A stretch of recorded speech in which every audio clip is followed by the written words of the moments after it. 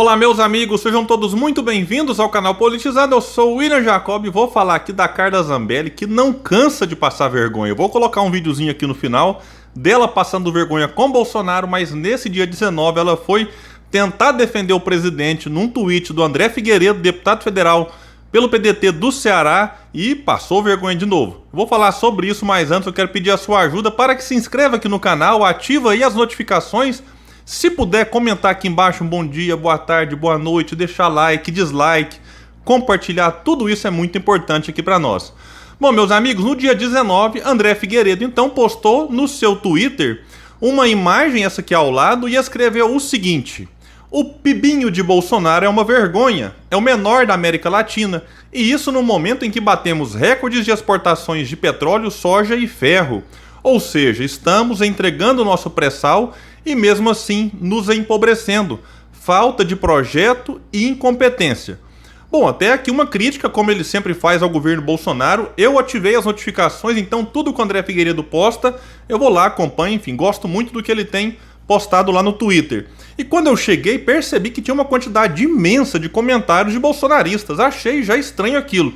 Fui tentar entender o que estava acontecendo até que eu cheguei num tweet da prezada Carla Zambelli, aquela que teve como padrinho de casamento o seu colega de ministério, Sérgio Moro.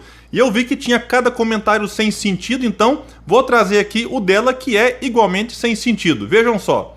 Vergonha foi você gritando "fora Bozo" no barzinho e ninguém te dando moral. Eu e amigos rimos muito de você indo embora envergonhado. Aprenda, a popularidade de Bolsonaro só cresce. Que mundo que ela vive, gente.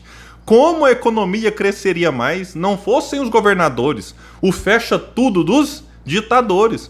Bom, mesmo que a primeira parte fosse verdade, se o André Figueiredo tivesse saído de lá, enfim, né, parece que ela acha mais importante um mico do que uma má gestão do governo que ela ainda hoje defende. Mas André Figueiredo retrucou, e eu vou pegar a parte final aqui para falar daqui a pouco.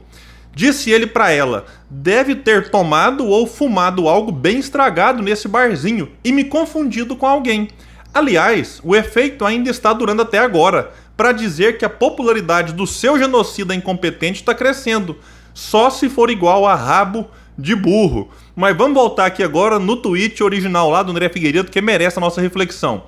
Disse ele que o pibinho de Bolsonaro é uma vergonha. Sim, alguém vai achar o oposto disso? Na imagem que ele coloca lá mostra. Ou alguém vai passar pano para PIB aí, que é cogitado por muitos em torno de meio ponto percentual, 0,3, 0,7, enfim, vamos pegar na média aqui meio ponto.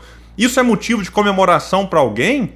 E detalhe, é uma previsão, como tinha muitos lá falando, mas é uma previsão. Sim, mas com Bolsonaro a tendência é de que isso piore, como tudo neste governo, é sempre daí para baixo. Agora, ela falar que isso é culpa dos governadores ditadores, pelo amor de Deus, né, prezada? Que foi a forma como o Sérgio Moro tratou ela naquela conversa dos dois no WhatsApp, quando o Sérgio Moro estava para sair do governo. Porque não fossem os governadores, nós teríamos muito mais mortos, mas muito mais mesmo.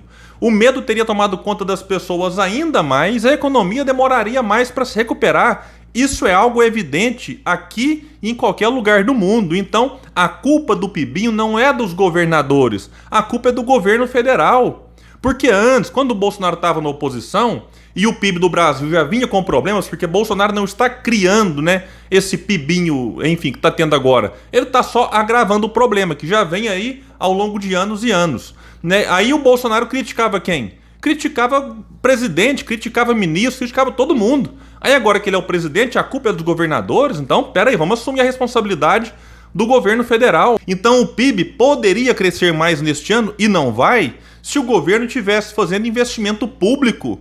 O investimento que nós temos hoje é praticamente zero, e o pouco que nós temos está na mão de quem? Do relator do orçamento, nessa tal de emenda secreta, orçamento secreto, que é um absurdo. Nós temos hoje famílias endividadas, e aí um dos motores da economia, que é o consumo das famílias, está colapsado.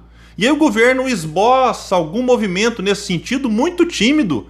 Então não faz algo que seria importante, não é dar dinheiro para as famílias, é ajudá-las na reestruturação, em que os bancos públicos pudessem, enfim, emprestar para essas pessoas endividadas com aval solidário de quem tem o nome limpo, e aí essa pessoa, então, o dinheiro era transferido para onde ela tem a dívida e o nome ficaria limpo, e essa pessoa poderia consumir e não ficar simplesmente pagando juros e multas exorbitantes para financeiras e bancos. É uma coisa que daria para explicar melhor aqui, mas deu para entender aqui também. Nós temos hoje empresas endividadas e os bancos públicos, em vez de concorrer com os bancos privados, não, acabam praticando taxas muito parecidas e altíssimas, né?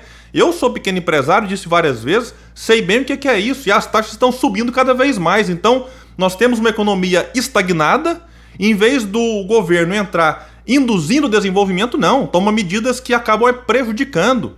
Então, assim, esse governo poderia fazer muita coisa e não faz para ajudar, mas faz muito para atrapalhar. E aí, como o André disse lá, é o menor PIB, para esse ano a previsão, da América Latina. E isso no momento em que batemos recorde de exportações de petróleo, soja e ferro. O que quer dizer que não é essa coisa de exportar commodities, vamos exportar boi, milho, soja. Não é isso que vai transformar o nosso Brasil. Quer dizer que eu sou contra a exportação disso? Não. O que a gente não pode ficar é dependente das commodities, né? Que é uma coisa que é o que ele disse no final, falta projeto. E no caso, falta competência desse governo que não tem. Por isso é importante insistir naquilo que eu tenho falado sempre aqui, num projeto nacional de desenvolvimento. Por exemplo, qual que é o candidato até agora que tem defendido isso para as eleições de 2022? Ciro Gomes, que é do mesmo partido do deputado André Figueiredo. Ele tem feito lá um diagnóstico, escreveu um livro tratando dos problemas, do porquê chegamos nesses problemas, qual é a proposta dele para que a gente saia dessa crise, mas não é simplesmente uma proposta para você resolver todos os problemas em um ano. Tem coisas para serem feitas de imediato. E tem coisas a médio e longo prazo, mas é necessário o quê? Um projeto, porque sem projeto vamos ficar batendo cabeça aqui até quando no Brasil? Entra governo, sai governo e o PIBinho continua o mesmo. Se a gente for pegar na última década, teve um crescimento de 0,3%, 0,4%, tendo 6 anos de PT no poder, 2 de Michel Temer, 2 de Bolsonaro. Repito, Bolsonaro não criou o problema, ele está só agravando pela incompetência, enfim, e por tudo que esse governo tem demonstrado ser de ruim, né? E eu não poderia encerrar esse vídeo sem mostrar um outro em que nesta semana Carla Zambelli levou um fica quieta aí, depois dela tentando puxar saco do presidente, resolveu entrar numa piadinha dele, vejam vocês. Ele aumentou o ICMS, ele aumentou o ICMS de tudo, menos do hipogrosso. Deixa ele quieto, né? Advogando em causa própria. Fica quieto, fica quieto. E Carla Zambelli, né? Foi tentar puxar saco lá e se deu mal, né? Como se deu mal aqui também nesse tweet do André Figueiredo e acabou nos dando a oportunidade aqui de trazer reflexões que eu considero importantes sobre o que ele colocou e sobre também a resposta dela nessa coisa de tentar transferir para governadores e prefeitos a responsabilidade que é do governo federal, que é de fazer com que esse PIBinho se torne um PIB digno. Mas a gente sabe que pelo tudo que está acontecendo, essa previsão para 2022 tende inclusive a piorar. Então ou a gente aposta num projeto ou de fato ficaremos em mais 4, 8, 12 anos nessa estagnação, nos contentando às vezes com voos de galinha, né? Aí no ano cresce 4% do PIB e a gente faz festa. Ei, aí no outro ano cai 2, 3, ou no outro ano cresce 0,5, aí você pega a média da média da última década, 0,3%. Bom, então é para mudar isso que esse canal aqui também existe e eu fico por aqui convidando a todos para que se inscrevam no canal. Quem puder se tornar membro é super importante para fortalecer esse nosso trabalho aqui. Valeu, pessoal, e até o próximo vídeo aqui no canal Politizando.